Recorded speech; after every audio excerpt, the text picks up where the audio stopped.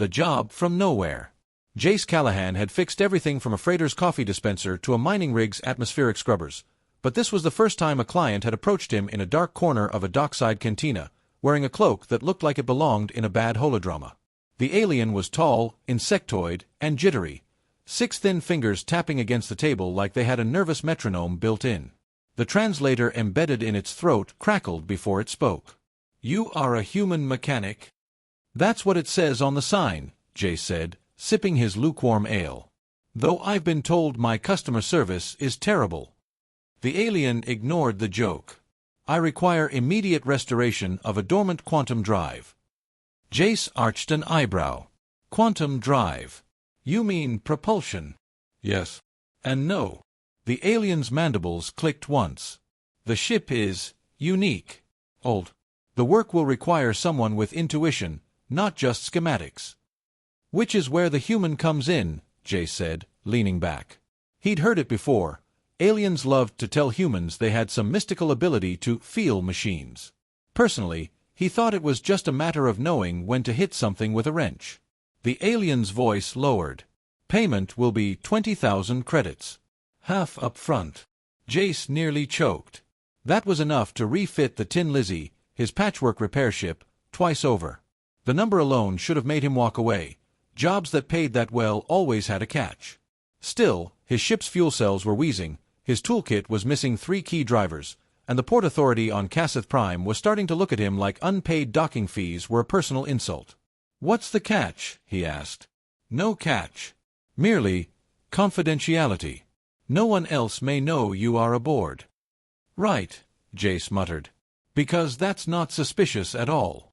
The alien extended a spindly hand. "My name is V.R. Keth. Will you accept?" Jace thought about saying no. He really did. But 20,000 credits was a loud voice in the debate happening inside his head. "Fine. Lead the way." The shipyard V.R. Keth took him to wasn't much of a yard. It was a half-collapsed docking cradle at the far end of the port, tucked behind stacks of rusting cargo containers. Most ships here looked abandoned. Except for one. It was massive, easily 300 meters long, and shaped like nothing Jace recognized. The hull was a deep, matte black, swallowing the harsh lights of the yard. Patterns of faint etchings ran along its length, like scars from some ancient war. "That's your girl?" Jace asked, whistling low. V.R. Keth's mandibles twitched. "She is called the Doom of Dawn. A relic of a forgotten time." The name didn't do much to lower Jace's suspicions. Still, the promise of 10,000 credits up front kept him moving. Inside, the air was stale and carried the faint tang of ozone. The corridors were wide and oddly organic, ribs of some unknown alloy arching overhead, walls gently curving instead of following the straight, modular designs Jace was used to. Every step echoed. They reached the engine chamber, and Jace stopped dead. The drive was a monster, 3 concentric rings of alien tech floating in a gravity-free pocket at the center of the room. The rings were cracked, fused in places, pulsing faintly with an almost biological rhythm. Cables like muscle fibers drooped from the ceiling into control pylons, half dead and flickering. "Well," Jace said slowly, "she's something. You can fix it?" V.R. Keth asked. Jace walked around the chamber, running a hand along a support strut. "Hard to say. Half this stuff isn't even metal." But he spotted a cluster of micro-fractures where a stabilizer had collapsed. "I've fixed worse." V.R. Keth's eyes gleamed in the dim light. "Then I will leave you to it. Call when you are finished." The alien departed, footsteps fading into silence. Jace stood there a long moment, just listening to the low, almost heartbeat-like thrum of the dormant engine. It was unnerving. "All right, girl," he muttered, pulling a multi-tool from his belt. "Let's see what kind of trouble you're hiding." He didn't know it yet, but with every panel he opened, every bypass he considered, he was taking the first steps toward waking something the galaxy had sworn never to let rise again. Fixing the unfixable. Jace had worked on alien drives before, some so complex you needed 3 hands and a degree in subquantum mechanics just to replace a coolant hose. But this was different. The floating rings at the heart of the Doom of Dawn's engine weren't just machinery. They were alive, or at least pretending to be. Veins of pulsing light ran through the alloy, beating in slow rhythm like a giant mechanical heart. He took a cautious step into the zero-gravity pocket. Tools floated lazily from his belt as he clipped himself to a nearby strut. "All right, girl, let's see what's making you sulk." The first thing he noticed was that nothing was actually broken. Not in the traditional sense. Circuits were intact, field generators operational, power cells charged. But everywhere he looked, there were deliberate blockages, energy dampers, signal inhibitors, feedback loops that weren't random at all. It was like someone had intentionally slowed the system to a crawl. Which was odd, because VR Keth had told him the drive was dormant due to age. Jace frowned, poking a sensor probe into one of the inhibitor nodes. The readout came back scrambled, numbers jumping, power levels fluctuating in a way that made no engineering sense. He'd seen this before in old Earth machines with bad sensors. "Guess we'll do it the old-fashioned way," he muttered. Over the next few hours, Jace set to work, disconnecting bypasses, cleaning corroded contacts, bridging damaged neural conduits with scavenged wire from his kit. None of it was in the repair manual, because there wasn't one. He was winging it, trusting the kind of gut instinct that made aliens call humans reckless geniuses and cosmic lunatics in the same breath. Halfway through, a voice startled him. "System core online. Diagnostic engaged." It was soft, melodic, and very slightly distorted. Jace nearly dropped his spanner. "Whoa, hello. You the ship. Core entity present. Unit identifies query." "Right. I'm the mechanic. You're, welcome, I guess." "Welcome acknowledged. Power restraints detected. Cause, foreign interference." "Yeah, I noticed. Somebody's got you tied up in knots. I'm untying them. Directive, restore operational capacity." "That's the plan." The AI's responses were simple, but something about the tone put him on edge. He couldn't tell if it was grateful or just patient. Like it was waiting for something. He kept working. Every restraint he removed made the rings spin faster. The heartbeat thrum deepened into a low, resonant hum that made the air vibrate in his chest. Dim lights in the engine room flickered to life, casting alien glyphs across the walls. Somewhere deep inside the ship, massive capacitors were waking up. Far across the galaxy, in the secure war rooms of the Allied Stellar Council, alarms began to scream. Ancient tracking stations lit up with a signal they hadn't seen in over 1,000 years, a coded energy pattern tied to one name, Doom of Dawn. Fleet commanders froze, their displays showing a growing ripple of exotic particles spreading from the uninhabited Kassith sector. Old war veterans turned pale. In hushed voices, they told younger officers the legends of a weapon that could strip the heart from a star. "Impossible," one admiral whispered. "It was dismantled." But the signal kept growing. Back in the engine chamber, Jace had no idea he'd just made galactic history. The AI spoke again. "Core integrity at 94%. Subsystems online. Awaiting final command." "Final command?" Jace repeated, tightening a coupling. "Buddy, all I'm doing is making sure you can run without coughing yourself to death." "Affirmative. Targeting telemetry synchronized." That made him pause. "Targeting? I thought you were an engine." Silence. The AI's voice didn't answer this time, and the hum of the rings rose another octave, vibrating his teeth. He shook it off and finished the last connection. The moment he sealed the coupling, a pulse of deep violet light rolled out from the rings, washing over him and rippling out through the ship's hull. Somewhere out there, thousands of light-years away, warships changed course toward Kassith Prime. VR Keth reappeared in the hatchway, eyes glittering. "It is done." Jace wiped grease from his cheek. "Runs like a dream now. You might want to update your maintenance schedule, though." She was practically strangled by all those dampers. VR Ketha's mandibles flexed into something that might have been a smile. "Excellent. The stars will remember this day." Jace frowned. "That's dramatic for an engine repair." VR Keth didn't answer. Jace told himself it didn't matter. A job was a job. But somewhere deep in his gut, a little voice whispered that he'd just done something that was going to get him in a lot of trouble. "The galaxy reacts. Jace had just started packing up his tools when the Doom of Dawn's lights shifted from cold white to a deep, burning crimson. Panels along the walls pulsed in sequence, like the ship was inhaling. Is that normal?" he asked. VR Keth didn't answer. He was standing very still, hands clasped in a strange salute, eyes fixed on nothing. "Buddy." Jace waved a hand in front of his face. VR Keth snapped out of it. "We are blessed. The array is ready." What now?" "The Sun Shatter Array." VR Ketha's voice was almost reverent. "The weapon that will end the tyranny of the Alliance." Jace froze. "Weapon? You told me this was an engine." "It is an engine," VR Keth said smoothly. "One that can turn the hearts of stars to ash." The wrench slipped from Jace's hand and clattered to the deck. "You've got to be kidding me." 200 light-years away, aboard the Alliance flagship Resolute, Admiral Kelrin's briefing room was chaos. "This reading is impossible," a sensor officer insisted, throwing up a hologram. The Doom of Dawn was dismantled after the last stellar war. The core was scattered to the winds. "Apparently not," Kelrin said grimly.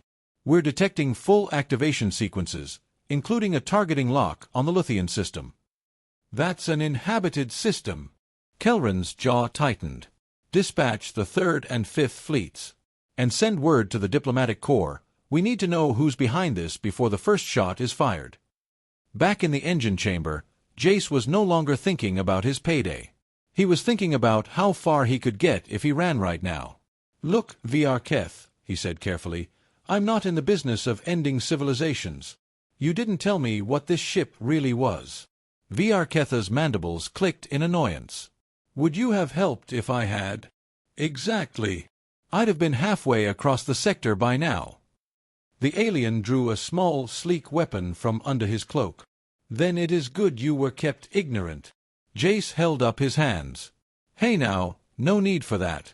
I'm just the mechanic. You point your doomsday whatever at whoever you want, I'll be on my way." But VR Keth wasn't listening. He was already interfacing with a control console, alien glyphs dancing across the display. The ship's AI spoke again.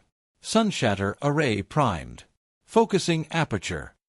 A low vibration rattled the deck under Jace's boots. He didn't know much about star-destroying weaponry, but he knew the sound of capacitors charging when he heard it, and these capacitors were the size of apartment buildings. On the outer rim of the Kassith sector, a mercenary flotilla intercepted the Alliance's encrypted distress signal. Captain Hreth of the Iron Fong licked his lips. "A functioning Sunshatter array," he murmured. "That's worth more than every warship in my fleet combined." His second-in-command frowned. "If the stories are true, it's also a death sentence to be near one when it fires." Hreth smiled. "Then we'll just make sure we're the ones aiming it."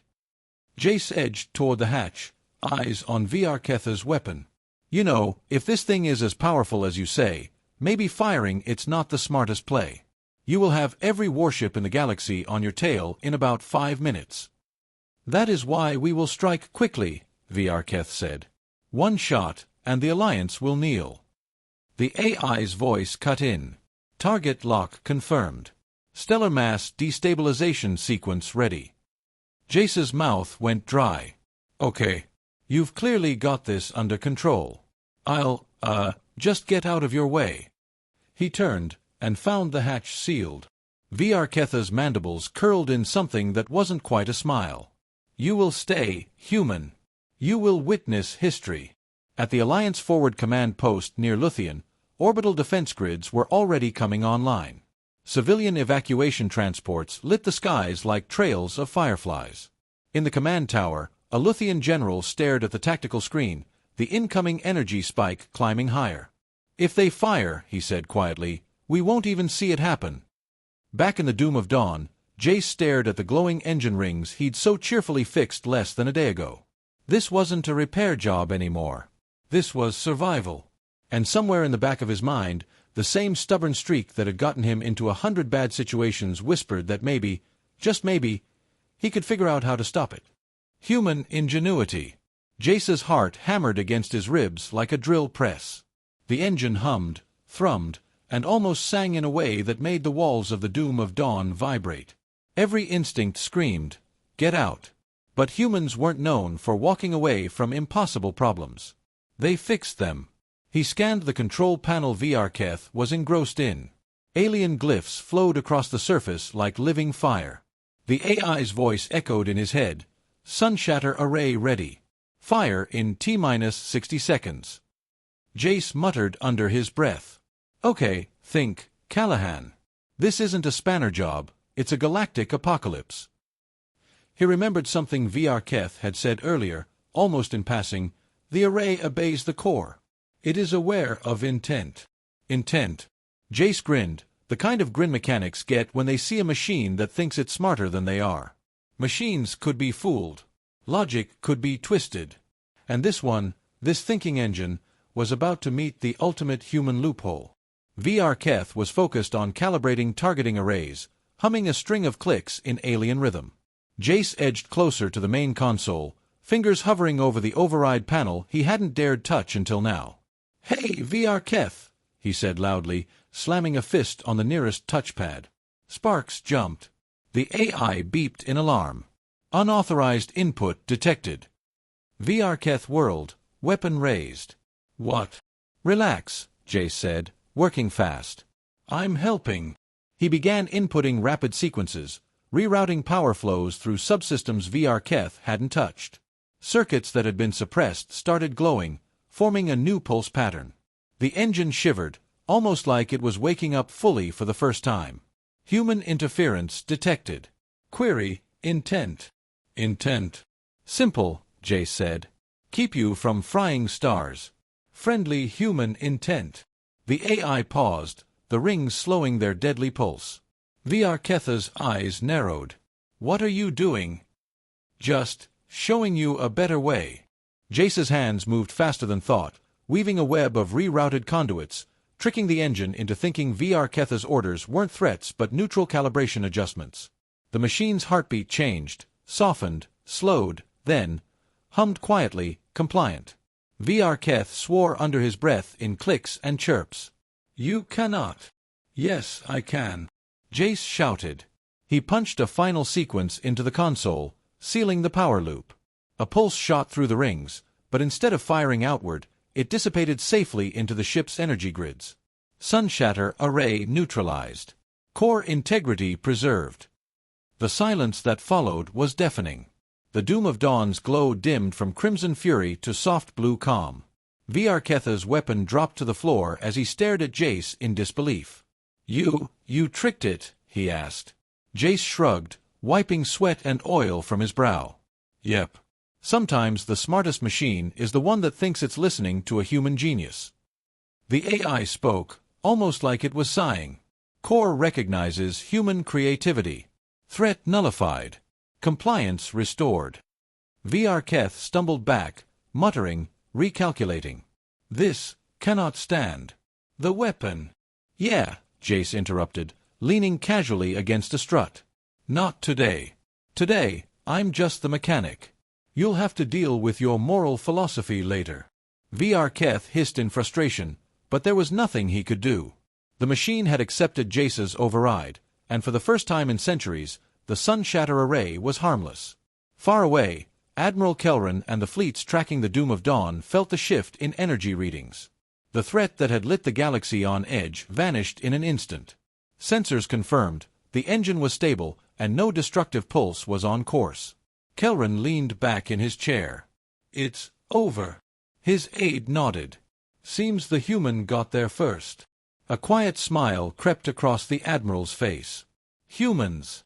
Back on the ship, Jace and Keth stood in tense silence. Finally, Keth spoke. You have preserved the core. And kept you from nuking half the galaxy, Jace said. He grabbed his wrench and started floating toward the exit hatch. I'll take my payment now, before you change your mind about friendly humans. Keth hesitated, then offered the promised credits.